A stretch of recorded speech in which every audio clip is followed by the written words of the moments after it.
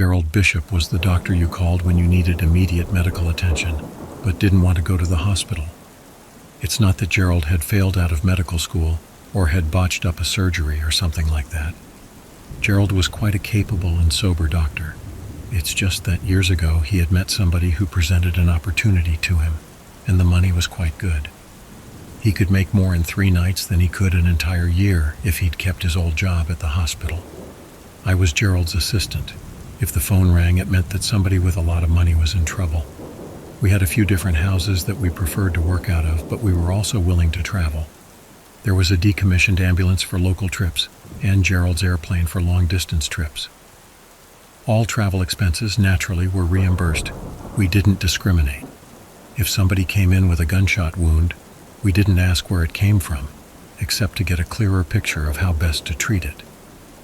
If a celebrity came in with something jammed up his rectum, and that happened more than once, we got it unstuck and sent him on his way. We were on call 24/7, though mostly we worked in the dead of night. And there were only 12 nights out of the 365 where we weren't on call. Any other night was fair game. It didn't matter if it were Christmas or if Gerald were in Europe on vacation with his family.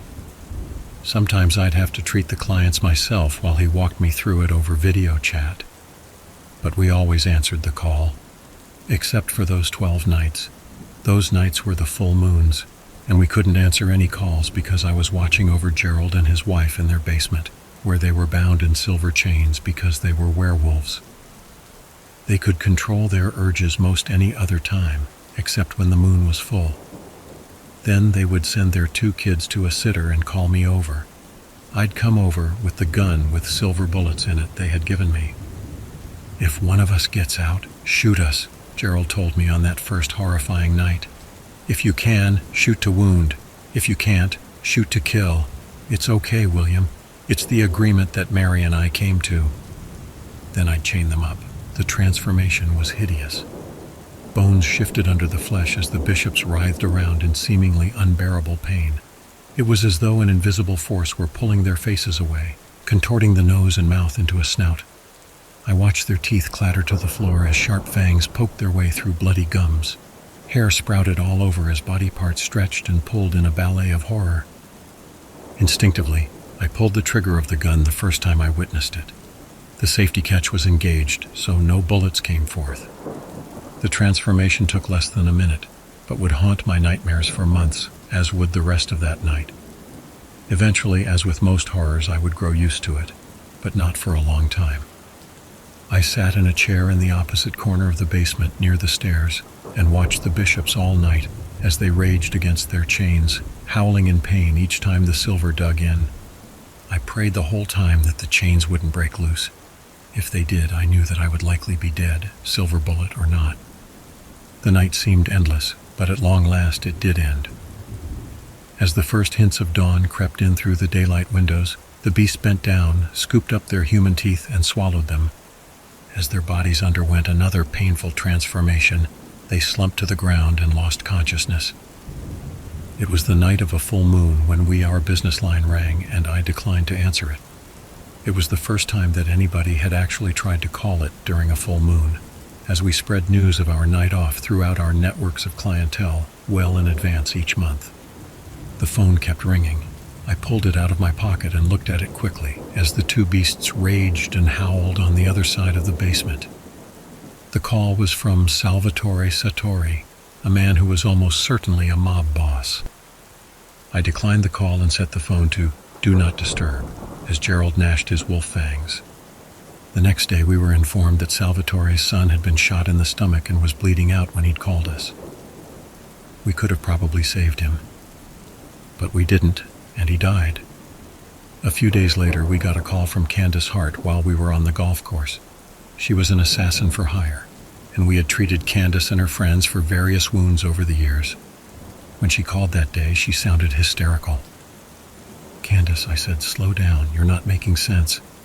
"A fucking werewolf got Melissa," she said breathlessly. "Ripped her fucking guts out." "A werewolf?" I asked. Gerald looked at me with a frown. "Look, whatever's going on, can you meet us at the spot in 15 minutes? "I'm already there," said Candace. "Fucking hurry." Then she hung up. "Did she say something about a werewolf?" asked Gerald, throwing his 9-iron into the bag and getting in the golf cart. "She did. She said it eviscerated her partner. Is that even possible during the day?" "It is," said Gerald. "Call her back and tell her to meet us at the other spot." "But that's a half hour away from where she is now," I said. "If the attack happened near where they are, and it probably did if her partner is still alive after getting gutted, then the wolf is probably close by. By the time we get there, we may have company, so the first priority is to get them further away. That also gives us time to prepare for them. No time will be lost in the end." I called Candace back and told her the new plan. She wasn't happy about it, but agreed. 15 minutes later, Gerald and I were at one of our houses, prepping for surgery. "You have the gun, I assume?" asked Gerald. He had ordered me to always carry the gun with the silver bullets in it, in case he turned unexpectedly. I nodded. "Better give it to me," said Gerald. "I have a bit of experience here, sadly." I pulled the gun out of my travel bag and handed it over. He tucked it into the back of his waistband. After we had the basics set up, we went outside with the stretcher and waited. Soon we saw Candace's car come tearing down the long dirt driveway surrounded by trees. She pulled onto the lawn, right in front of the door to the house, and jumped out of the car. "Jesus fuck, help her," she shouted. She looked shaken, more shaken than the time she had driven herself to our house with a bullet wound in her chest. She jerked open the rear door to her car. I looked inside and saw that Candace's account of Melissa's condition had been accurate. Melissa was moaning in shock, manually holding her entrails inside her opened-up abdomen. The three of us lifted her carefully onto the stretcher and carried her inside. "What happened?" asked Gerald. "It was a fucking werewolf," said Candace. "Werewolves aren't real," said Gerald. We set Melissa on the operating table. I strapped her down and then injected her with the anesthetic. "Look," said Candace. "We were hired for a hit. They didn't give us any intel on the targets beyond an address and photos, just said it had to be done today, for big money. So against my better judgment, due to Melissa's urging, I agreed. So we get there and take out 2 of the targets. No problem. But the third target, she turned into a fucking werewolf right in front of us. I saw it with my own 2 eyes, and she did this." Candace pointed to Melissa's prone body. Is she going to make it?" Gerald reached in and began rearranging Melissa's guts. "I don't suppose you know her blood type?" "Of course I do," said Candace. "You think we're amateurs? It's AB."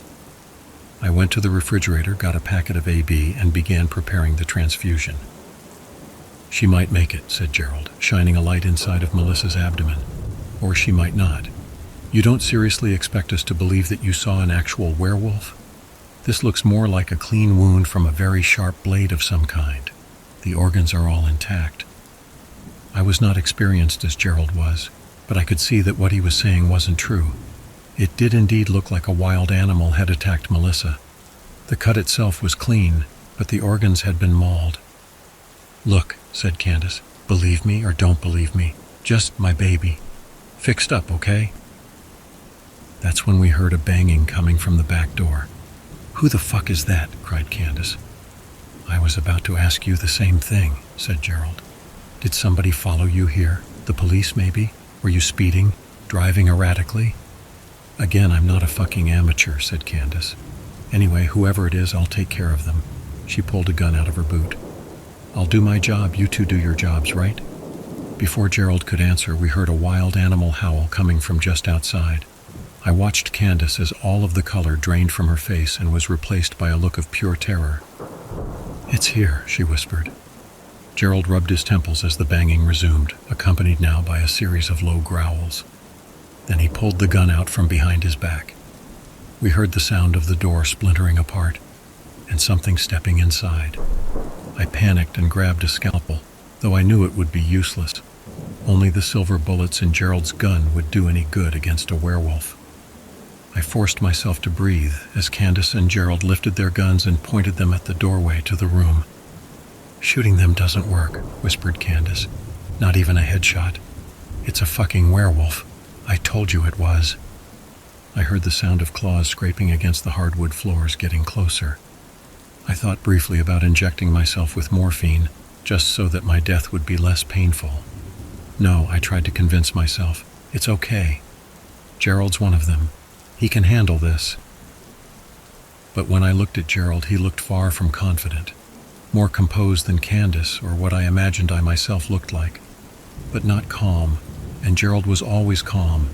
Even the day he had handed me the gun for the first time and told me to shoot the wolf version of him should it escape from the chains. The wolf was just around the corner, and then before I could process what was happening, I saw it in the doorway, a flurry of hair and claws leaping through the air at us, howling. I closed my eyes in preparation for death and heard 2 gunshots ring out. When I didn't die, I opened my eyes. The wolf was on the ground, bleeding out from the center of its head. "My God," I heard Gerald say. "What have I done? That was..." The wolf twitched once and then stopped moving. Once it was dead, it began to transform back into human form.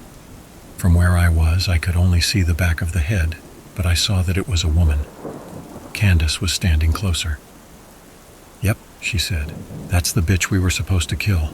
We got her kids, but then she turned into a fucking werewolf. But it looks like we finally got her. So do you guys believe me now? And can you fix Melissa?" I took a few steps closer and looked down at the dead body. It was Mary Bishop. Gerald turned in an instant. It wasn't like a full moon when he and Mary had struggled against the transformation, when it was as though they were trying to will each bone, each hair follicle to stay in place, and failing to do so. Gerald wasn't fighting his wolf nature anymore.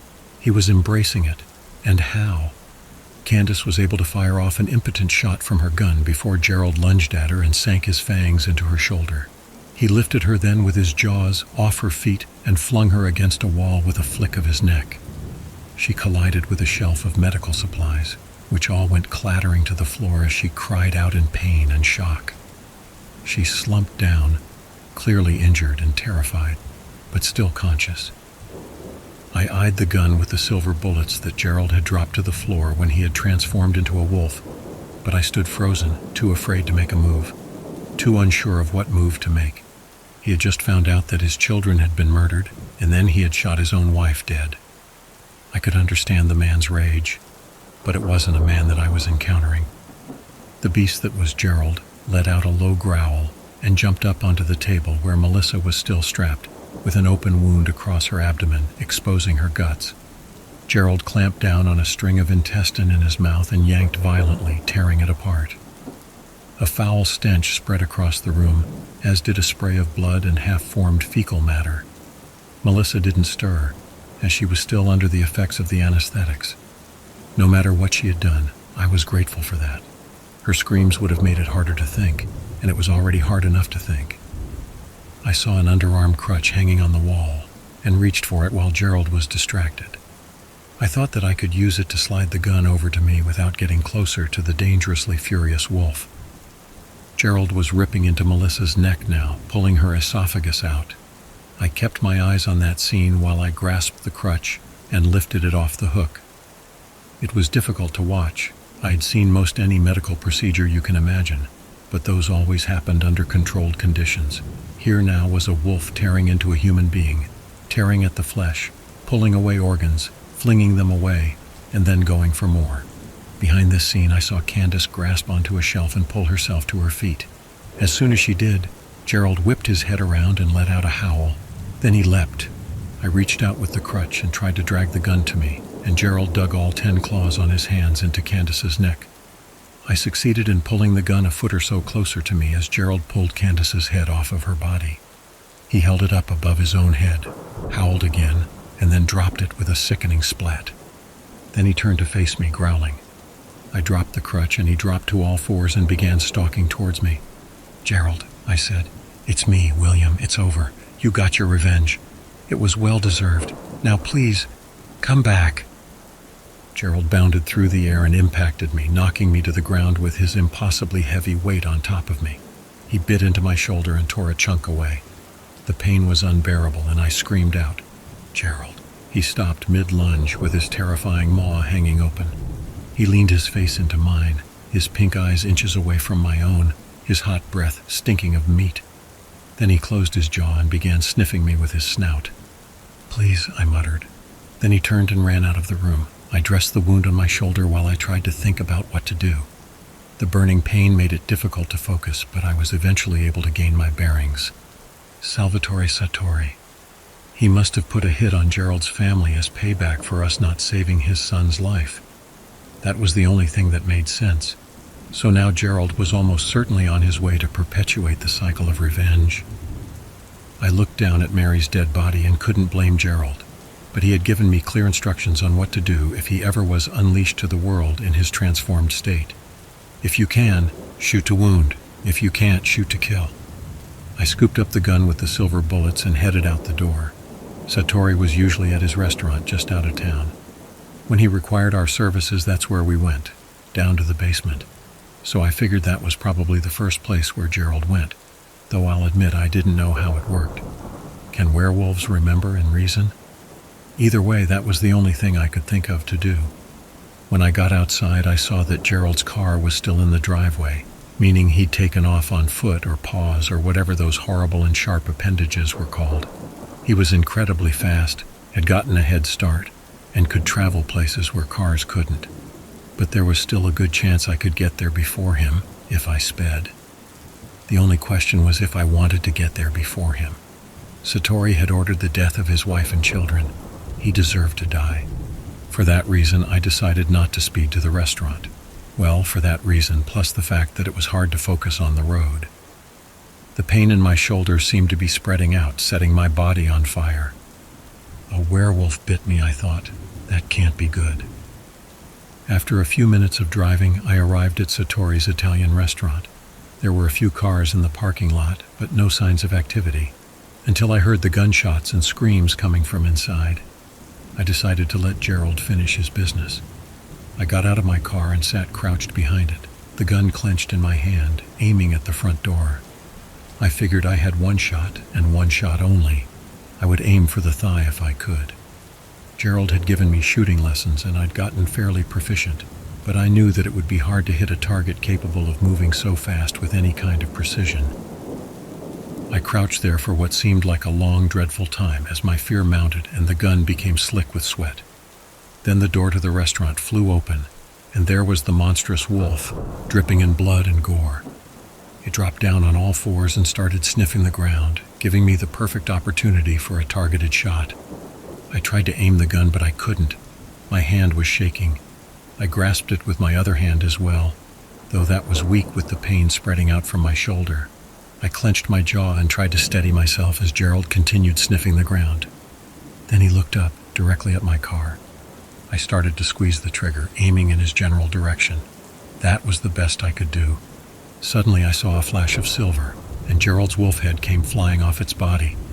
I released the trigger and watched in horror and confusion as the head hit the ground with a thud. The body remained standing for several seconds, convulsing before it too dropped to the ground. Then the head and body transformed back into their human forms. I stayed crouched down, trying to figure out what had happened. Two men emerged from behind a jeep. One had a gun pointing at Gerald's corpse. The other walked over and picked something off the ground. "Damn, Jameson, you've got pretty good aim with that thing," said the man with the gun. I looked to see that Jameson was holding some kind of silver brooch. Yeah, well, if I'm being honest, the thing kind of has a mind of its own. Do you think it will work, Clarence? Against the big one this Friday? "I sure as shit hope it does, kid," said Clarence, rolling Gerald's severed head over with his foot. "Huh, never seen this one before. These fuckers are coming out of nowhere in droves." "That's bad, right?" asked Jameson.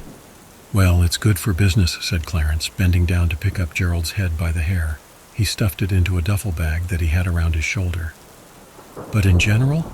If you're asking in general whether it's a good or bad thing that we've got a shitload of werewolves coming out as we get closer and closer to the full moon, if you're asking in general whether it's a good or bad thing that the big one is coming, well, Jamie, I'd have to say that it's a very bad thing, in general. Now help me with the body." I watched in helpless horror and confusion as the two men dragged my friend's body over to the trunk of the Jeep. They hoisted him in. Then they got in the front and pulled out of the parking lot. I have been locked inside my house for the past 2 days now. The pain at first spread throughout my body until I couldn't move or think. Then it was gone, replaced by an incredible alertness and feeling of vigor. A thick patch of hair has begun to sprout on my shoulder, at the spot where Gerald bit me. I am without a doubt turning into a werewolf. The full moon is in 5 days. Is in 5 days. Is in 5 days.